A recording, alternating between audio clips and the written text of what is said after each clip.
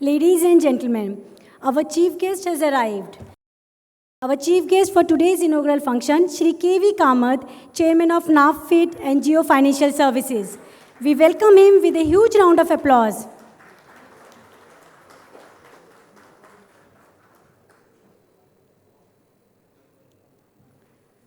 I am pleased to welcome the dignitaries to the dais. Our chief guest, Shri K.V. Kamath, Chairman of NAFFIT and Geo Financial Services. Shri Atul Kumar Goel, Chairman, Indian Banks Association and MD and CEO, Punjab National Bank. Shri Sunil Mehta, Chief Executive, Indian Banks Association. And Shri Gopal Murli Bhagat, Deputy Chief Executive, Indian Banks Executive.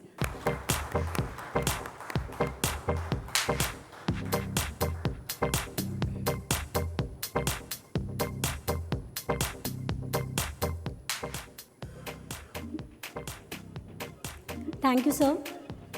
Namaskar and a very good morning to Honorable Chief Guest for inaugural function, our distinguished dignitaries for the day, members of the Managing Committee of IBA, Chief Executive Officers, Managing Directors, Executive Directors, and Senior Executive of member banks, special invitees, distinguished guests, sponsors, knowledge partners, and respected members from the media. Ladies and gentlemen, I'm your host Pooja from Indian Banks Association, and I feel extremely privileged to welcome each one of you to IBA's 19th Annual Banking Technology Conference, Expo and Citation 2023. Going by the Indian tradition, to invoke the divine blessing, we will now have the ceremonial lighting of the traditional lamp. May I now request Chief Guest and other dignitaries on the dais to kindly do the honor of lighting the ceremonial lamp and inaugurate the function.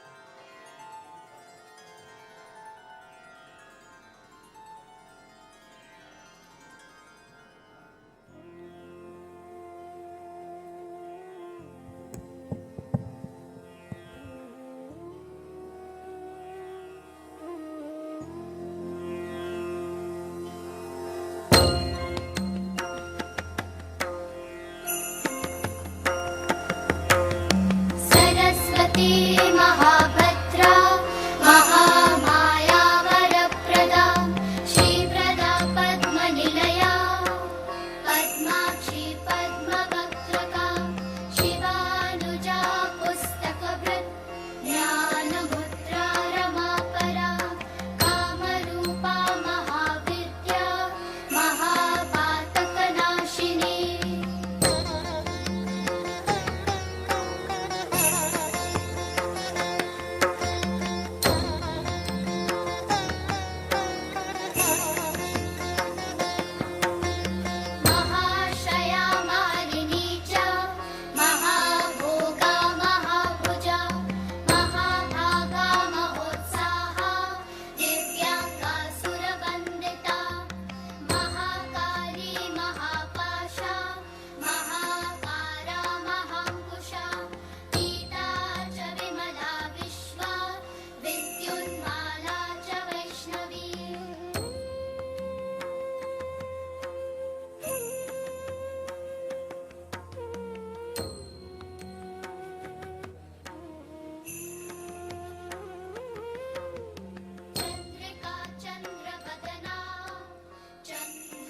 Thank you all dignitaries. The lighting of the lamp bring about welfare and positivity around us. We look forward to an enlightening conference, expo, and also an exciting citation function. May I now request Shri Atul Kumar Goel, Chairman IBA and MD and CEO Punjab National Bank, to kindly welcome Honorable Chief Guest Shri K.V. Kamath with a bouquet of flowers.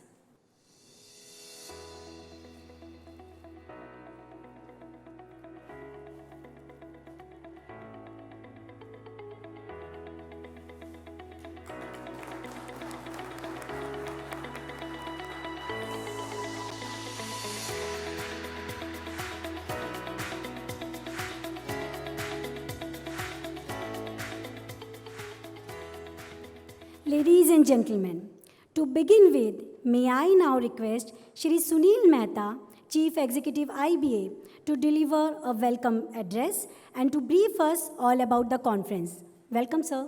Our chief guest for today's event, Mr. K.V. Kamath, who needs no introduction.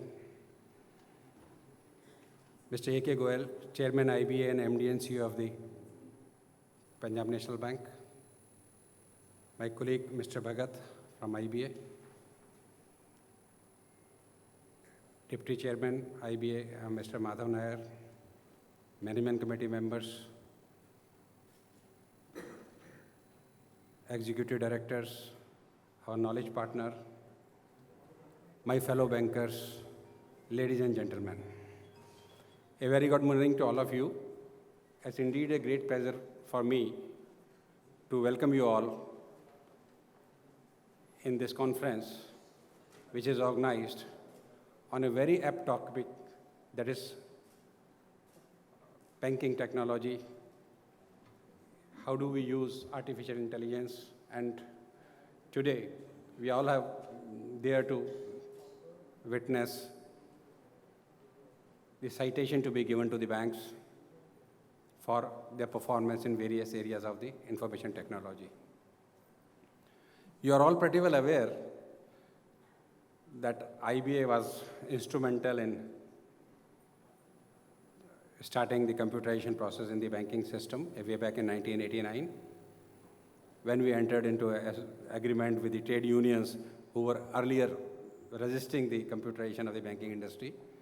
We have come a long way from manual to the ALPM-based banking to the computerized banking, then to the core banking, and from core banking to now we are moving forward to a virtual banking. So a long journey, we are already there.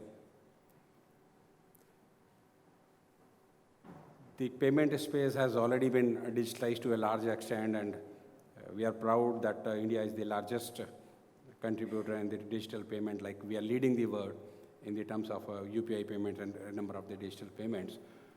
And the payment space is totally digitalized as of now. Now it is a time for digitalization of the lending space. So our credit products, and gradually banks are working hard and creating a digital lending infrastructure. We have already begun, some of the banks have already begun with some of the low-hanging fruits like personal banking, gold loans, and they have started doing.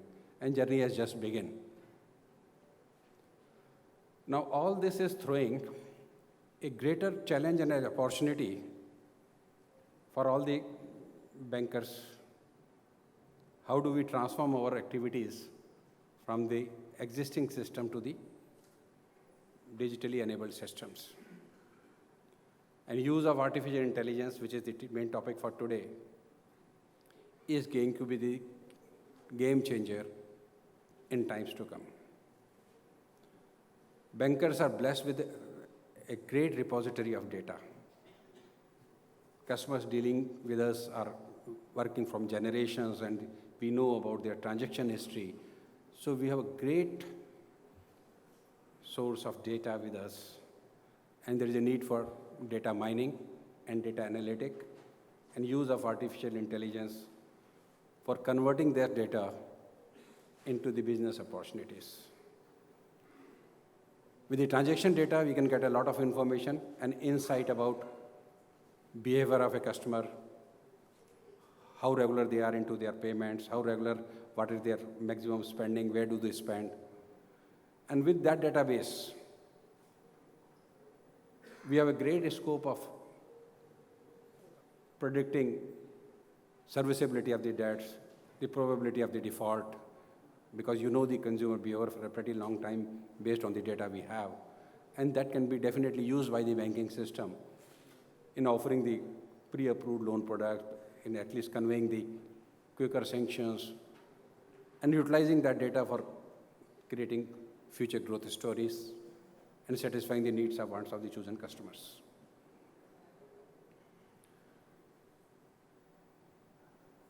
Every technology brings in a lot of opportunities, and it throws a lot of challenges also. The data protection bill that has been recently introduced, the rules are yet to be formed, is one area which will define how far and to what extent we can use the data, how do we obtain their consent, and how do we manage that consent for delivery of our products. There will be challenges in the area of going for predictive analysis, early warning signals in cases of expected defaults, which will offer a great opportunity for our monitoring of the existing assets as well as the new assets that we are going to create.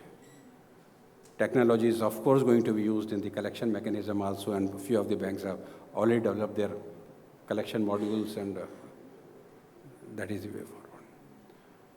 So the technology is now coming into the every facet of the banking industry.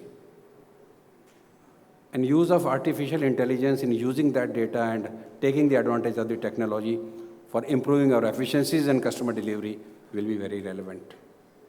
During the day-long deliberations, there will be 4 panels in which these issues will be discussed.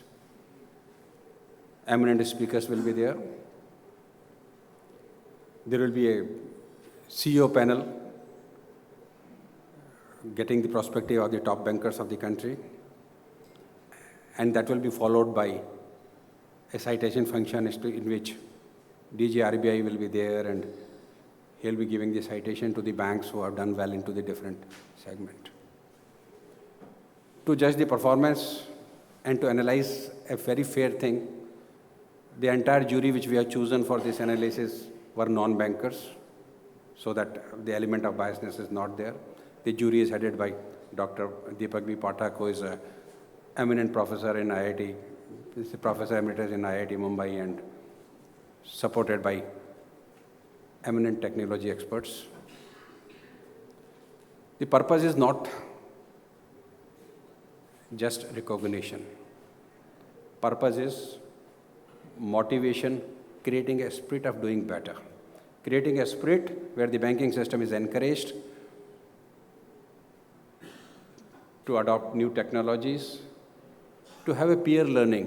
When you showcase your presence, when you showcase your performance here, at least we know what our peers are doing or what those who are ahead of the curve are doing. So the others get a scope and ideas to do, if not innovate, at least can follow, because there is no need for inventing wheel every time. You can follow the good practices being adopted by some of the banks who have taken the lead, and the banking industry can benefit. And that is the concept of IBA. We work on the collective wisdom in peer learning, sharing our thoughts so that the entire industry get benefit from those who are leader in a particular area. I'm really thankful to our Chief Guest Kamath Saab for sparing his valuable time. He'll be sharing his thought during the fireside chat to be organized at the end of this session. I'll request all the participants to be interactive. Take best advantage of today's deliberation. So the purpose of organizing this conference, to create a collective wisdom, to create a knowledge sharing, to create a common learning platform, is served for all our member banks. Thank you all for your presence here, and hope a very good learning day for all of you. Thank you. Thank you very much, sir, for those warm words of welcome and the noteworthy address. Ladies and gentlemen, may I now request Shri Atul Kumar Goyal, Chairman IBA, to kindly deliver the Chairman's address. Welcome, sir.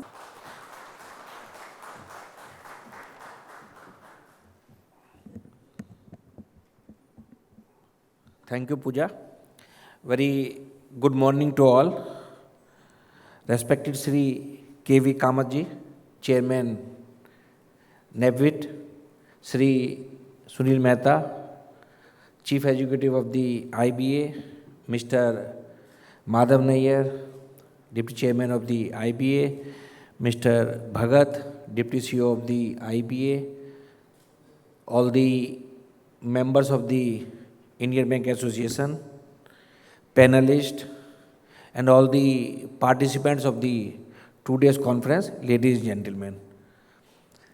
Once again, very good morning to all, and I welcome all of you in the 2 days conference, that is the annual Banking Technology Conference Expo and Citation 2023. As you all are aware, IBA is holding this conference for its last 19th year regularly. And the response as well as the encouragement we are getting from all the member and the participants, it gives us every year to improve it further better. Mr. Mehta has already given the overview about the 2 days conference and the need of the technology also. And the citation program has been scheduled in the evening of the 2 days function. And I think you all will be agreed, the technology is not transforming in the banking sector, it is transforming in each and every sector. This is the reason the such type of the conference has having the great interest by all the participants. Friends, this digital business model are shaping the future of the banking industries. Most of the bank has already taken initiative for the digital transformation because the consumer behavior, consumer preference is changing.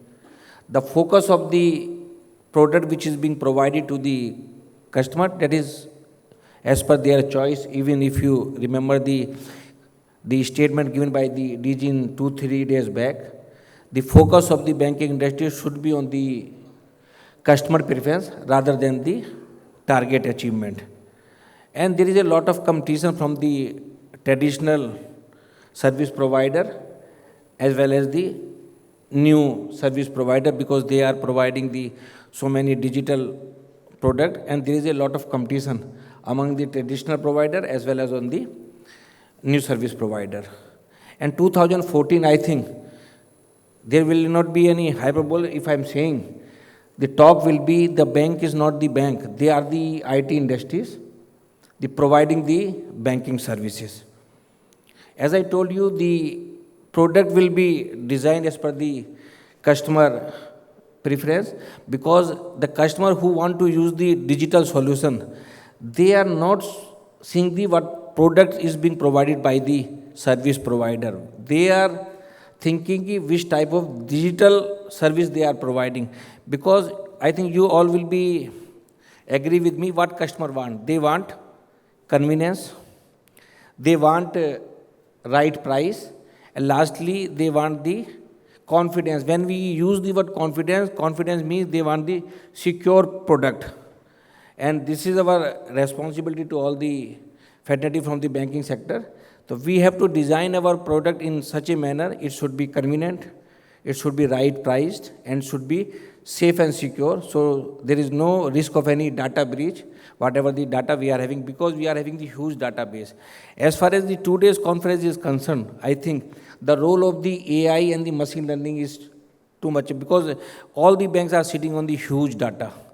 If really we want to use data, which is available with for our business performance as well as to increase the bottom line, so artificial intelligence as well as the machine learning will be a great help.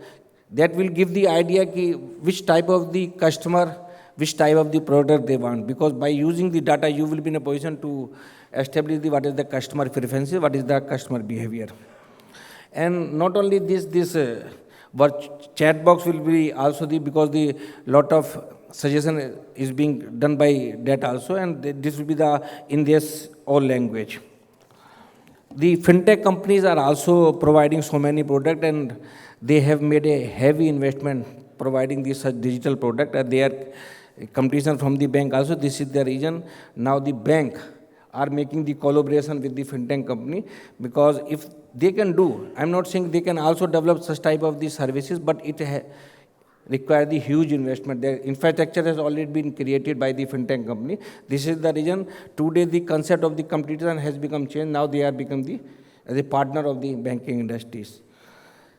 I am sure that today's technology conference will share the views of the experts. As Mr. Mehta has told, there is a 4 panel in the 2 days conference, and one panel is particularly for the CEO of the banking sector. They will share their views also, and because a lot of participants who are from the technology background, so they will also share their views. So whatever Mr. Mehta has told, the role of the IBA to get the collective wisdom and the collective all the views of the all the, then we will be in a position to implement in the most benefited manner. And I am once again thankful to our chief guest, Mr. Kamath, for sparing the valuable time. And my request to all the participants, make the full use of this conference. Thank you very much.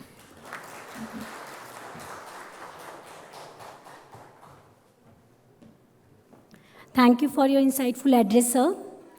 Ladies and gentlemen, it's a great honor that the inaugural function is graced by Shri K.V. Kamath, Chairman of NAFFIT and Geo Financial Services.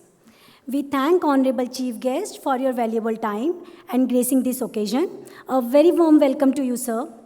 Shri K.V. Kamath needs no introduction, but it would be my privilege to share a brief details about him. Shri K.V. Kamath is a seasoned banker. He started his career in 1971 at ICICI. In 1988, he moved to the Asian Development Bank. Thereafter, in 1996, he added ICICI as Managing Director and CEO. And post its merger into ICICI Bank, he took charge of merged entity.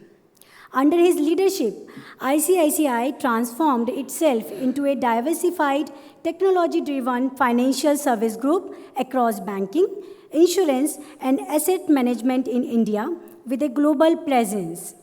Past superannuation, he continued as the chairman of ICICI Bank till 2015.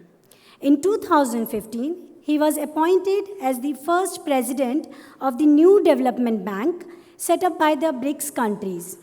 He has served as chairman of Infosys. He is currently the chairman of NAFFIT and Geo Financial Services.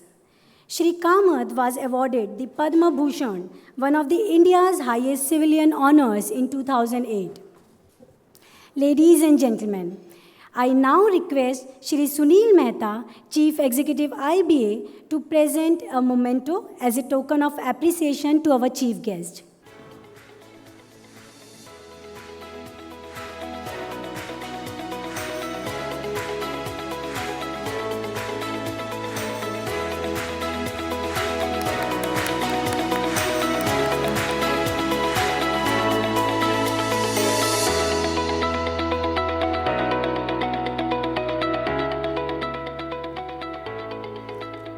Thank you, sir. Ladies and gentlemen, I feel absolutely honored to invite Shri K.V. Kamath for release of IBA's survey and benchmarking report. Also, I would like to invite Shri Anurag Chadda, partner McKinsey, to come to the dais to facilitate the release.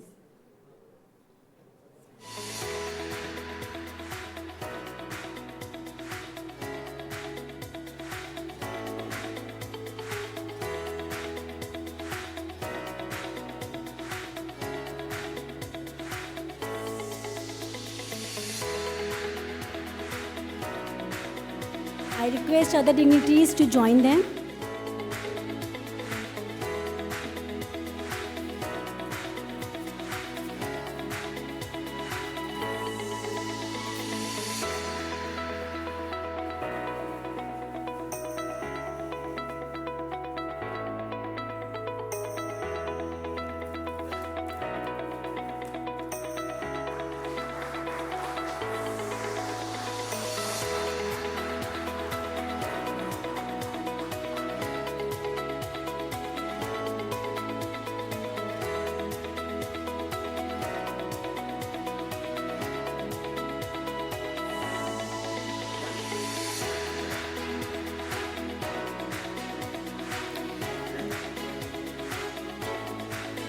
Ladies and gentlemen, now it's time to listen our chief guest on fireside chat led by McKinsey.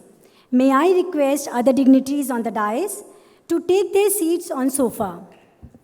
I request Shri K.V. Kamath and Shri Anurag Chadda to stay back for side chat. Thank you. Thank you.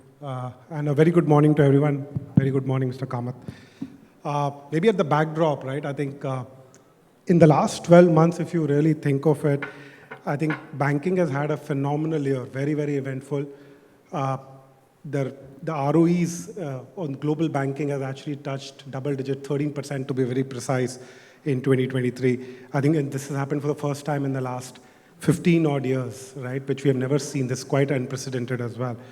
However, the price to book has actually remained static. Part of it, if you think of it, is, I think, linked to macro, but a lot of it is also banks' ability to actually transform themselves.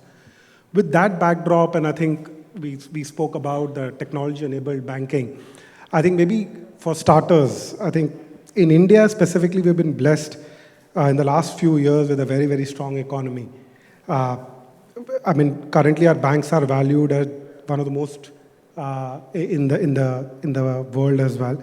What is your view of the economy? Where is it going, and what should India really expect in the next 1 year, but also the next decade? Thank you. I think banks doing well is heartening. You quoted the global numbers. I'm also happy to note that in India, there are a few banks which are testing between 15 and 20% ROE, which has never happened, at least in my career, all these years. We were happy if you could get somewhere around 15%. But now the benchmark seems to be around 20%. This is, I think, a direct result of two things. One is cleaner balance sheets, both of the banks and their borrowers. And that is a consequence of a healthy economy. So we have the ground set for, which is today reflected in a healthy economy, healthy corporates, healthy banking sector. And that provides you the runway for the future. The runway for the future, whether it is 1 year or a longer horizon. And I think in India now we are talking of at least 2 horizons, if not 3. A 7-year horizon, a 10-year horizon, and the next 25 years sort of horizon. The question to ask is, do you have opportunities along these runways? Or are you going to end up, like, there's this well-known saying that you try to grow your economy by building bridges to nowhere, you're going to fail. I think it was said in the context of some economies which had transformed and become developed economies in the 90s, trying to grow at a higher rate than 1 or 2% by building bridges from one island to the other, but there's nothing in the other island. So that's not the situation in India. I think you have enough, if you just take infrastructure, enough opportunity to build for the next 20, 25 years. Then if you take a look at India that will accelerate in terms of its own growth, there's enough to do in other areas like manufacturing or any area that you pick, we have a very long runway. So I think that a 7-year path, or 10-year path, or a 25-year path are all achievable to India. What we need to put down is what rates of growth do we grow at in this time frame. And I think some numbers have been put, and we could do back calculations. So the government has put in a number of, let's say, 7 trillion as a near term, and then a 10 trillion number, and then a number for the 25-year hence thing. So I would think all these, there is enough opportunity to hit these numbers. And there's enough momentum on the ground, and a foundation has been created, including primarily the financial services sector has created a very strong foundation. Not just the banks, but the entire ecosystem, including technology, primarily technology as a driver. So I think we are well set. Yeah, so in summary, I think what you're saying is healthy economy, healthy banks, clean balance sheets, and there is a clear horizon where the economic tailwind will actually ride the banks. But with that background, I think the Indian banks are clearly benefiting from that tailwind which is really coming in. How are they really navigating the technology transformation? I think banking has always been, I think, a technology business which is providing the banking services, as Mr. Mehta rightly said as well. But what's your top line message? I think what's your view of the state of the technology? Thank you. I fully subscribe to what Mr. Goel said, that banks They look like technology companies providing banking services. But I must say that I said this 25 years back, and I got rapped on my knuckles for saying it. That you can't say it, you are a banker. So I had to then eat humble pie. So I'm very glad that in 25 years that has happened. And that evolution has happened in our mindsets and in terms of what you're doing in banking. Again, if I look at banking, we are at another clear thing. Both, it was said before me that we are at a transformational point again. And clearly we are there. And this one is, in a way, more interesting than the earlier ones. Again, I think Mr. Mehta mentioned about 2 or 3 phases there, from computerization to core banking to the evolution thereafter. I think we are now at a situation where I would put it this way, all that we have done in the past will have to be relooked at. But I will also say this, that it is not as difficult as it was in the past to make this move. Because every move in the past was difficult. If you take the first move to computerization, when no data was on a machine, that physical data had to be put on, and then you had to learn, and you did it at a time where I used to say that to talk to that machine, which was a mainframe to start with, that mainframe was God, and you needed a team of high priests to actually approach that machine, and those high priests were your IT department. You could not talk to God. But you come to a situation today where, through phases, and you had advances in cloud gave you, and I would say technologies which were more nimble, agile.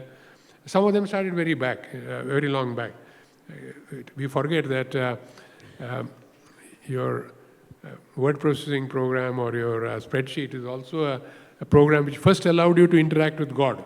God was that machine in front of you. Now you could do it. You didn't need an intermediary. So that has now accelerated to a new level. And I think we need to look at these new technologies, particularly with open source there, and then SaaS solutions available as the future. And I can say this, that the key ingredient we now need is courage. Courage to migrate, courage to transform into these technologies. Because without those technologies, whatever solutions we try to put in are going to be suboptimal. So we need to make a break from the past and move forward. So yes, very exciting times. And just one more point on this, that it is not as difficult as we think it is to migrate. And it is significantly cheaper than what we are spending on today to migrate. So we want to better those NIMs, not NIMs. We want to better that bottom line, get a better ROE. I think that's the way to go. Yeah. No, I think it's interesting to note that your vision 25 years ago I think is now kind of really translated into reality, and everybody seems to be speaking the same language. And you also mentioned about the horizons, right? I think there was a horizon of core banking, and obviously now there's the digitization. Do you think the next horizon is about AI-enabled banking? And I think in that, I think we are reading a lot we are in the middle of an AI wave, right? In banking and beyond, I think across the companies. Where do you see financial services, and particularly banks, right? Where should we be how should we leverage this particular technology in this next horizon, and where do you see that kind of going? See, Indian banks, let me talk of Indian banks, are well positioned to take advantage of what is available just now in the marketplace, and possibly what is going to evolve as we go along. I'm saying this because you have 2 or 3 core strengths. One, you have a clean balance sheet. So you have nothing else to distract you. You have an economy which is growing well, so you know that your bank will continue to perform. Imagine trying to also address technology as something that you need to deal with in a situation where you had a weak balance sheet and a weak economy. We are a clear outlier in this. Third point, we have, I think the banks have transformed to a great extent. What I would call the earlier generation transformation that we had to do, that is done. So evolving to the next generation is easier. And there's a fourth advantage that we have, that is there is a vast ecosystem which has been developed by Indian digital companies and fintechs. These are the new cores in this, and I'm including the entire 100,000 of them as something which will provide banks a whole degree of comfort in their next. Now you may say, how is, there are 10,000 fintechs, I believe. How is it that beyond them things would be relevant to us? I think every one of those, the rest 90,000 or so startups that are there in the digitech world are going to be interesting to us because we can learn from them. And probably the best learning will come from those companies. For example, I'm sure everybody uses Swiggy. If you see the evolution of Swiggy over the last 3 years and the service standards that they provide, and we try to say, what is it that we can pick from this company and apply to our company. We don't have to get to be a Swiggy. Yeah. I'm saying what are the learnings. So we have learnings from other digital startups. I took pictures as an example. There would be many more to put into what we are doing. And of course, why go beyond our UPI, the stack itself, the entire stack I'm talking of, the public good stack and the UPI stack, as to what is possible, and learn from that and, in a way, not retrofit, fit it in as a new part of what we do. And I think we can migrate very quickly at very low cost and with very high efficiency. It's interesting you say that. Essentially what you're saying is that the banks need to raise the bar for the customers and match what the consumer companies and the digital revolution companies are actually providing. And I think there are massive amount of digital rails also getting built in. I think if you see what UPI, I think there's ONDC, there's account aggregator. We are in some form in the middle of a digital revolution in India. And I think a lot of the elements are actually coming in with respect to the open interoperable systems on which innovations can happen. And I think it goes beyond, I think, the smartphone users. I think there's an interesting statistic, nearly 70% of the rural India is actually consuming content right now on a smartphone. With all of that as a backdrop, and I think UPI taken to the world as well, I mean, the banks are also facing a little bit of a challenge in terms of the volumes of the transactions that are hitting them. And the core banking / the core systems doesn't seem to be keeping pace with it. What are your suggestions in terms of, I think, what do the banks need to do to be more resilient or keep up the pace in the digital revolution in India? Yeah, that's exactly the point that I have learned over the last few years, that there is an alternative available today. And that alternative is available at reasonably attractive cost and setup cost and very attractive operating costs.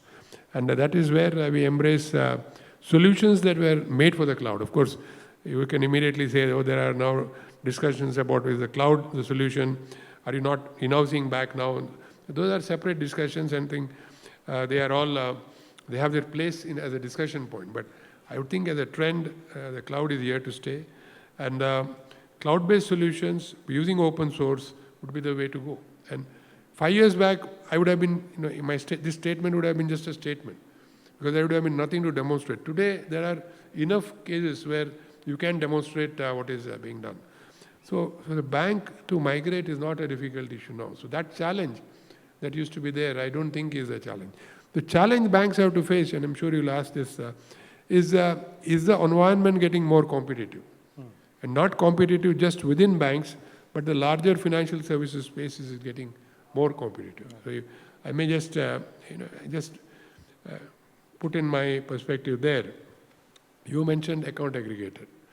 And we now see what is the possibility. You have various players in the financial services field, including a bank. And the customer is now spoiled for choice. So you take the corporate customer who used to keep the current account balance in the bank. Now you see how that has been disrupted as far as the bank is concerned. With virtual straight through and no checks, the float that you enjoyed is gone. And now the customer has gotten smarter. He has a tendency to sweep overnight balances into some instrument which gives him a higher rate than zero. And that's not too difficult to get out there. So one source which you thought was going to be at a level almost permanent because the system did not allow any other alternative to the customer is gone. I'm just using an example. So banks become more competitive in trying to see what they could do. So at every stage, banks will need to be more agile, try to see how to bring costs down. And what is it they can offer, which is better than the competition. Yeah. I think one of the clear levers is the competition, which is, I think, kind of eating it. But the second other big challenge, at least that we are picking up, is also on human capital. And particularly, I think while we are very blessed in India on the technology talent, I think particularly banks are not finding it very easy to attract, integrate, and even retain some of it. And you've built institutions around the same thing. What would be your counsel to the banks in terms of getting the human capital, and specifically with respect to the AI wave that is coming in? See, if you look at the challenge in terms of human capital, I honestly think it's the easiest challenge. Because if you did not have a pool of talent, then it would have been a big challenge. You have a large pool of talent available there. You got a large human capital pool there. They may not be exactly appropriate for you. Now it is for you to figure out how to train them and put them in. I'll take two examples. You take Infosys. Infosys, in the period I was there, was every year onboarding something like 40,000 people.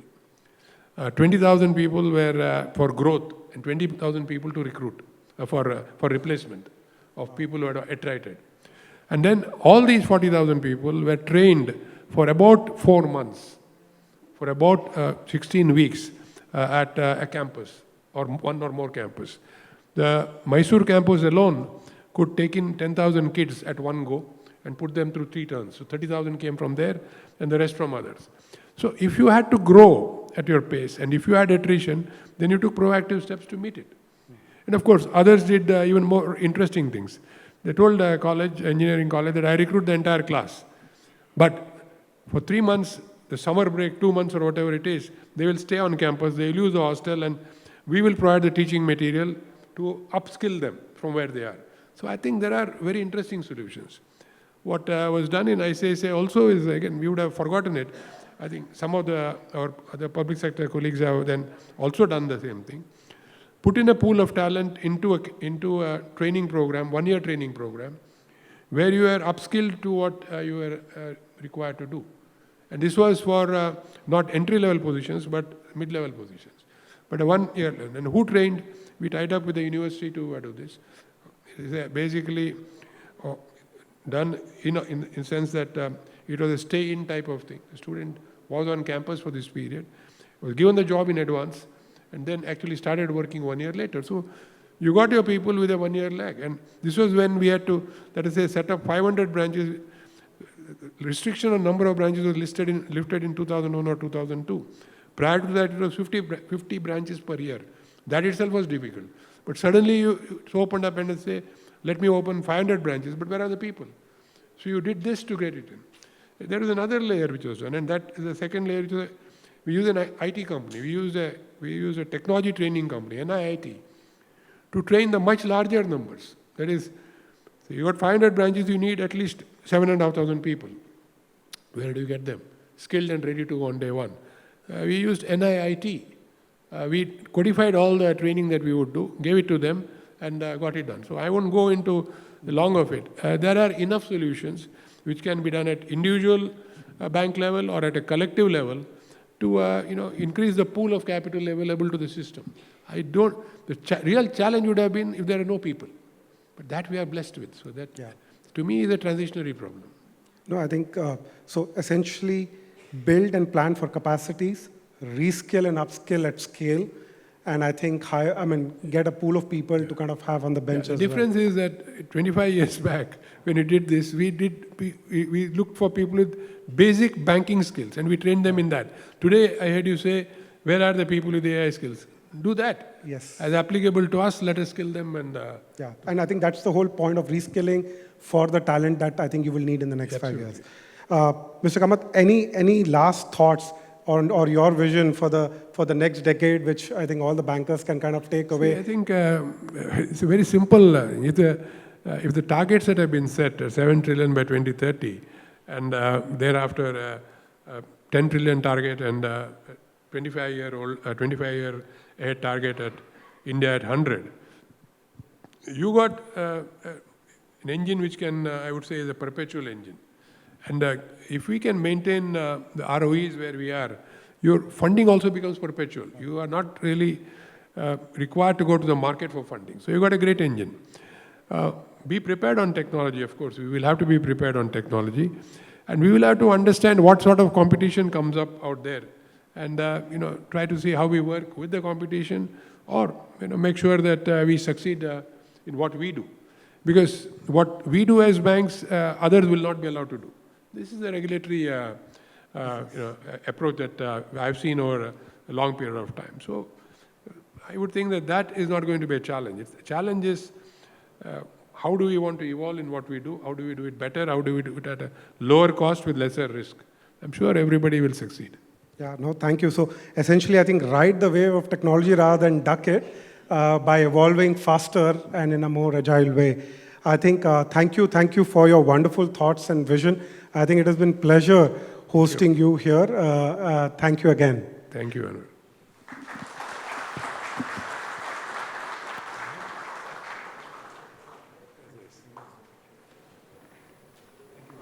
Thank you, sir. Ladies and gentlemen, may I now request Shri Gopal Murli Bhagat, Deputy Chief Executive IBA, to come to the dais to propose a vote of thanks.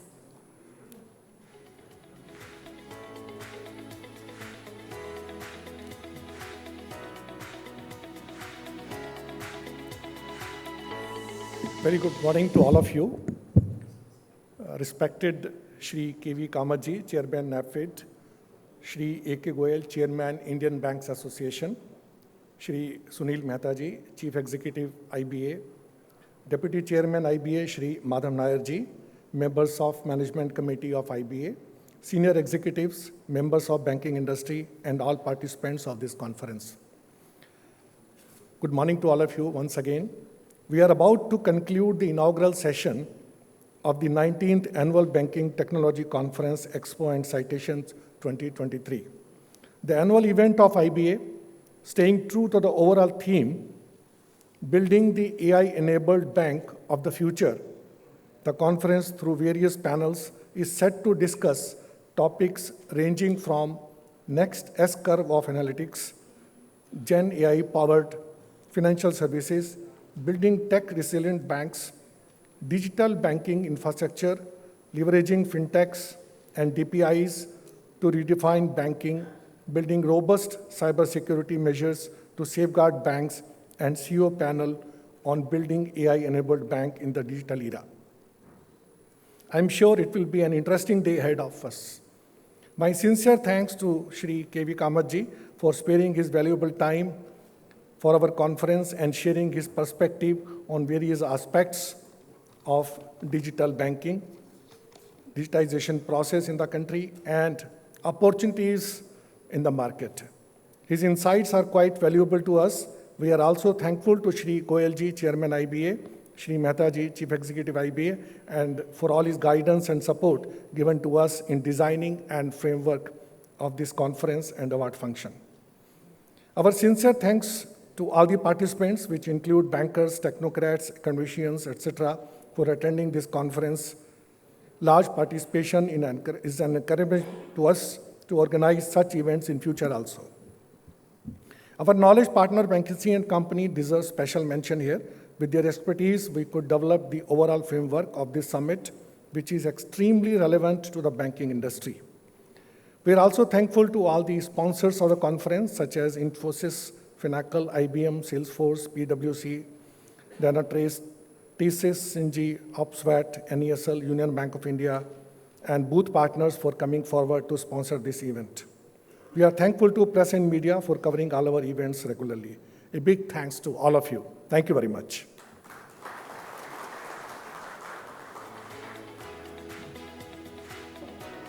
Thank you, sir. With this, ladies and gentlemen, we end the proceeding for inaugural session. We thank all the dignitaries. Thank you.